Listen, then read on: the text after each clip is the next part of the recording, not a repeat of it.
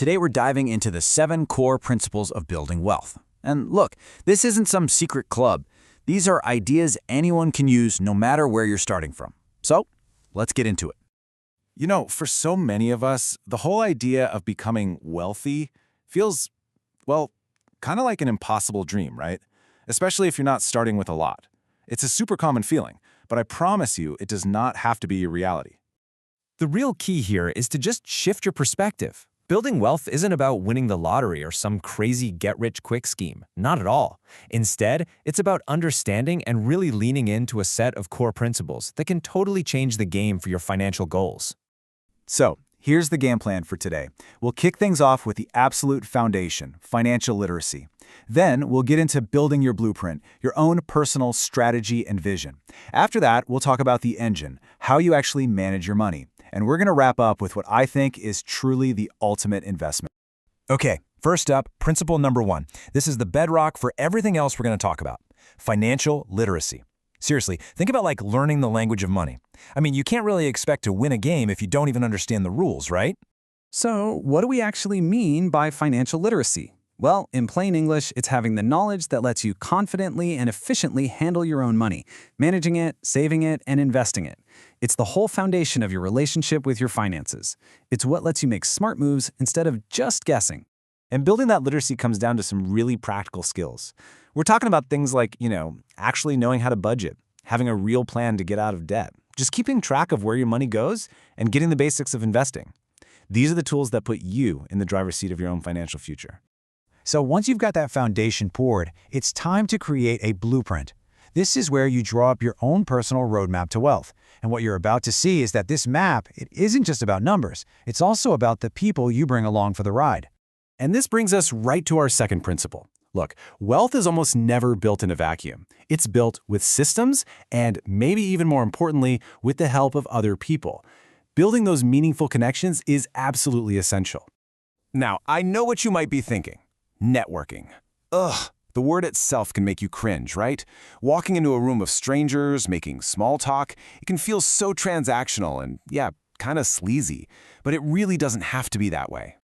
The secret is to completely reframe it. Just forget about collecting business cards to see what people can do for you. Flip the script. Focus on what you can give. Can you help someone? Make an introduction for them. When you focus on helping other people grow, you end up building a genuine bond, and that's when the real opportunities start to show up. Okay, principle number 3 is all about giving your journey a destination, setting clear, realistic goals. And that starts with asking yourself, what does wealth even mean to me? Write that vision down, really commit to it, and then break it down into small, bite-sized steps that you can actually check off. These goals become your North Star. All right, let's head down to the engine room. This section is all about the hands-on, day-to-day actions that make your blueprint come alive. This is where we talk about managing your money, minute by minute. Which leads us to our 4th principle, building an emergency fund. Because, let's be real, life is going to throw curveballs, a surprise medical bill, your car breaks down. Your plan needs a shock absorber. The big goal here is to have 3 to 6 months of your living expenses saved up. But listen, don't let that big number freak you out. The single most important thing is to just start. Aim for 1 month's worth of expenses first. Seriously. Once you hit that little milestone, you'll feel that momentum, and that bigger goal suddenly feels way, way more possible. Principle number 5 is all about boosting your cash flow by cutting back on expenses. This is pure and simple taking back control. It means tracking where your money's actually going, sticking to a budget, and being ruthless with those subscriptions you forgot about. Getting honest about your needs versus your wants is a huge piece of this puzzle.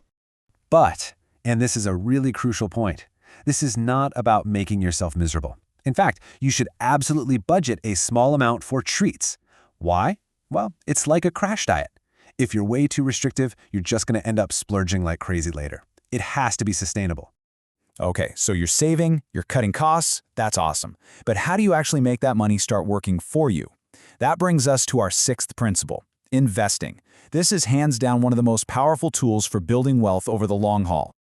The magic ingredient behind all of this is something called compounding. And I just love this definition because it makes it so clear. It's the process where your money makes money, and then you make more money on the money your money already made. It's like a snowball rolling downhill, just getting bigger and bigger on its own.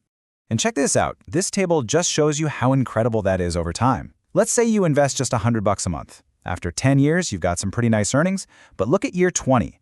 The money you earned is almost the same amount as all the money you put in yourself. That is the insane power of compounding at work. Hey, if this roadmap is making sense and you're finding it valuable, please take a quick second to subscribe, like, and share this explainer. It makes a huge difference and helps us keep making more content just like this. Now let's get to our final and honestly our most important principle.